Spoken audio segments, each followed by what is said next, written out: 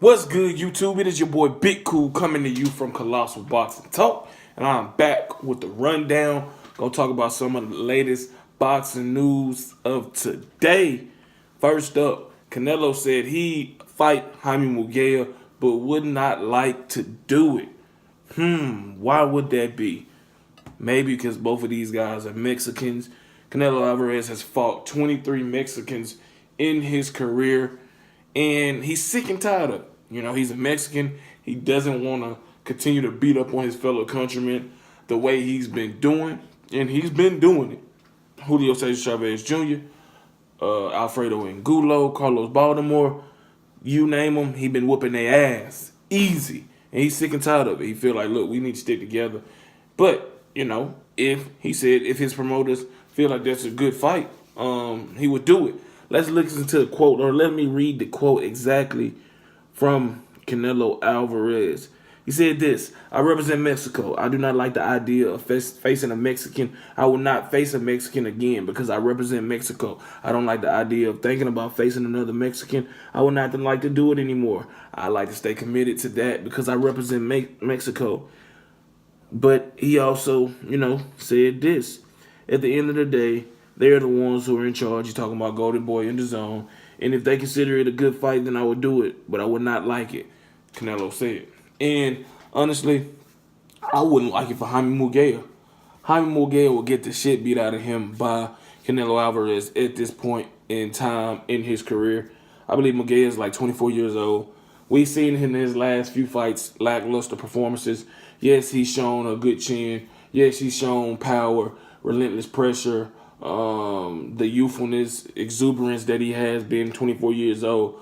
But his fighting style and the way he carries himself inside the ring may make for an easy night against a guy like Canelo, a guy like Andrade, guys who are more multifaceted in their boxing arsenal. We know Canelo can counter, he can slip shots. He's a terrific body puncher, very accurate, has good punch placement, and he's very much a seasoned veteran now, having been in the ring with the likes of Floyd Mayweather, Shane Mosley, Erislan De Lara, Triple G twice, about to fight Daniel Jacobs.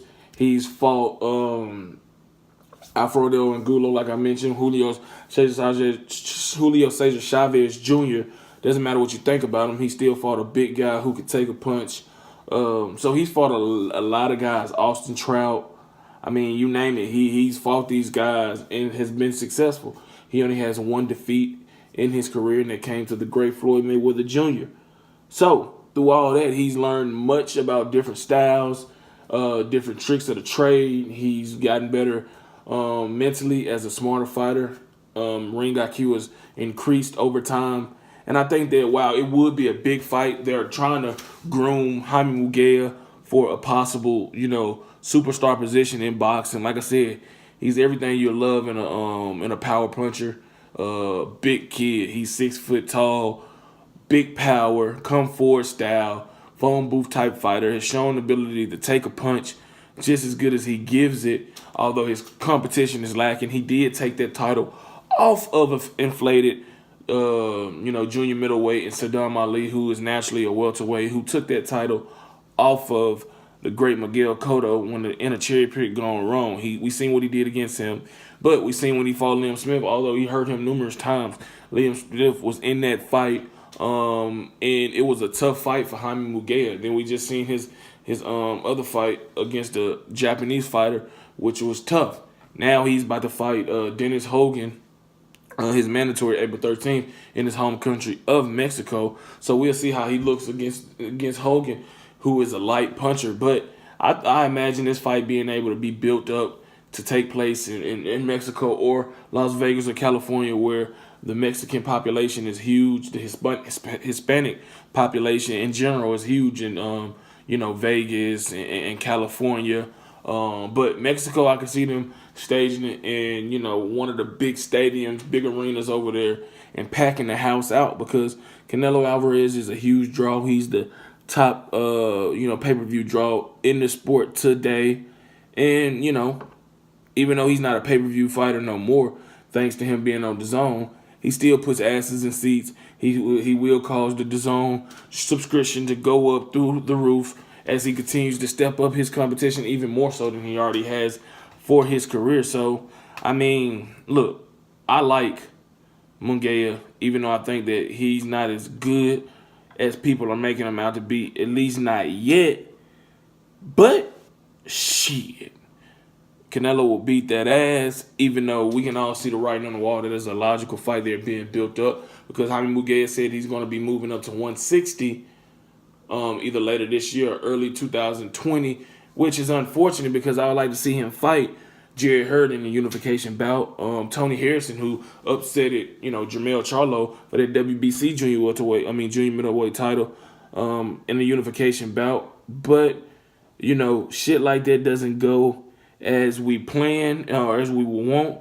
And, instead we get stuck with these guys fighting these lower level fighters, or maybe fight one guy and then just not doing nothing else with the title. No unifications, no nothing. But let's go to the next topic. Luis Ortiz says Wilder rematch is fight to make. The fans want it. We all know these two guys collided in the ring back in March of last year, where they produced a great fight. In that fight in the 7th round, Luis Ortiz, who's known by King Kong, had the WBC champion on the ropes. I thought he was going to get his ass out of there. He buzzed him with a big shot and then followed it up. But Deontay Wilder showed their resiliency and that heart and determination of a champion and battled back, weathered the storm, and came back to stop Luis Ortiz in the 10th round. Now, fast forward to 2019 with negotiations between Deontay Wilder and Tyson Fury falling by the wayside due to Tyson Fury's agreement with Top Rank, which ultimately killed the rematch. They were hours or days away from announcing as being finalized and agreed to. Now that leaves Wilder searching for a new opponent. We all know that he has 3 options realistically that I can think of that would make the most sense. He has Dillian White, who has been mandated to fight Dominic Breazeale for the interim WBC heavyweight title. But now Wilder not fighting Fury, which was mandated by the WBC president Mauricio Suleiman, that leaves that spot to be filled by either White or Breazeale if Wilder chooses to go that route. And if it's not Dillian White or Dominic Breazeale, then he can go to Luis Ortiz. Wilder has history with these guys in some way or fashion, some form of fashion. He shared the ring with Luis Ortiz, produced a great fight, knocked him down, 2-3 times, I believe. Won that battle back in March of 2018.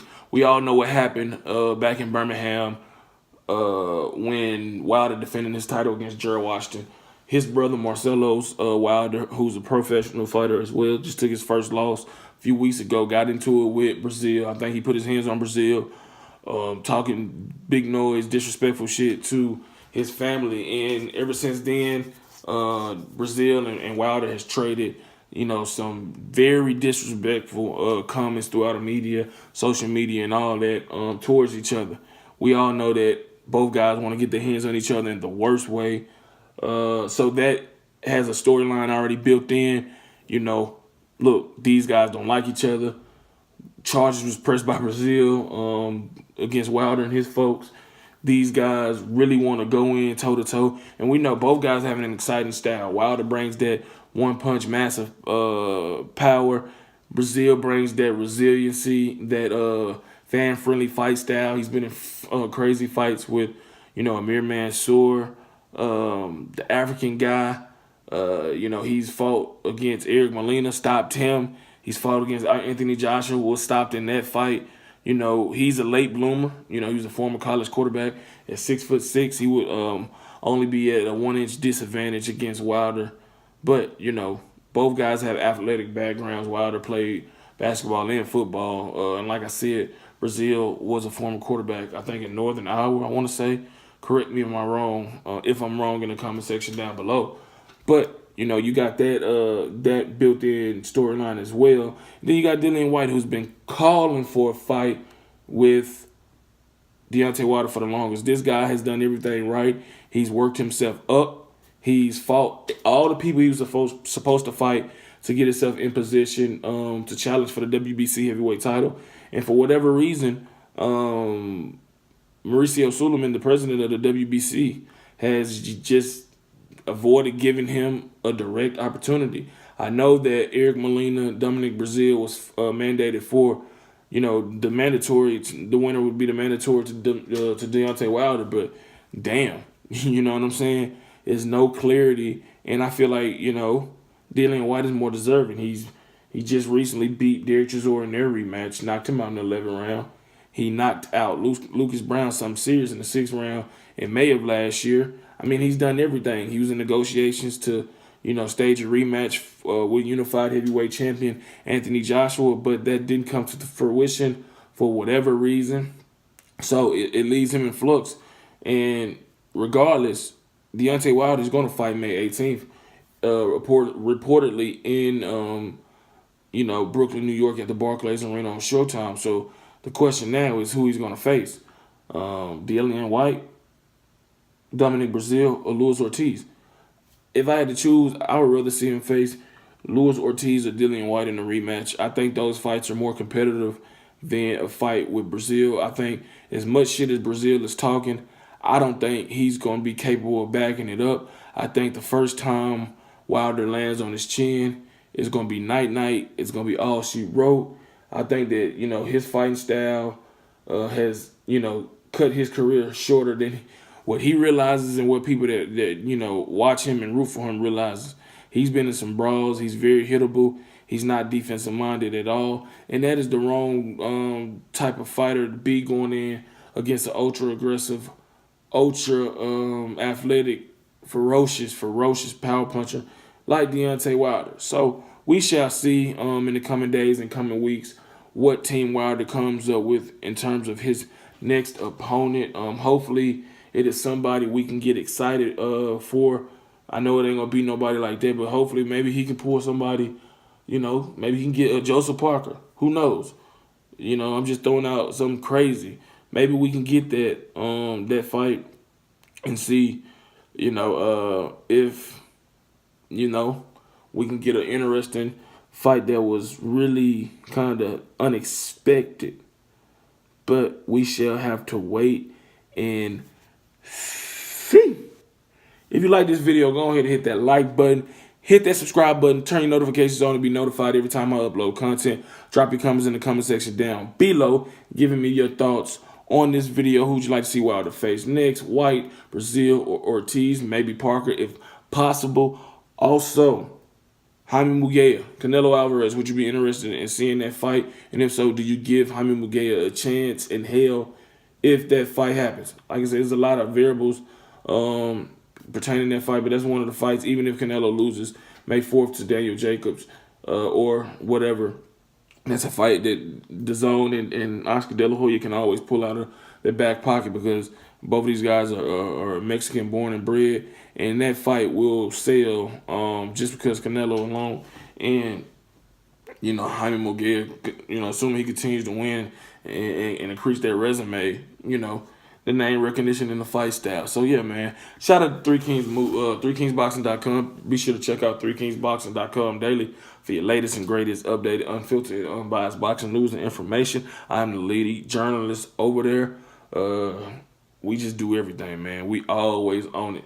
Around-the-clock coverage, breaking news, interviews, personal pieces. We do it all. So be sure to check out 3kingsboxing.com daily for your latest and greatest updated, unfiltered, and unbiased boxing news and information reported the way it should be. Also follow us on Twitter and Instagram at 3kingsboxing.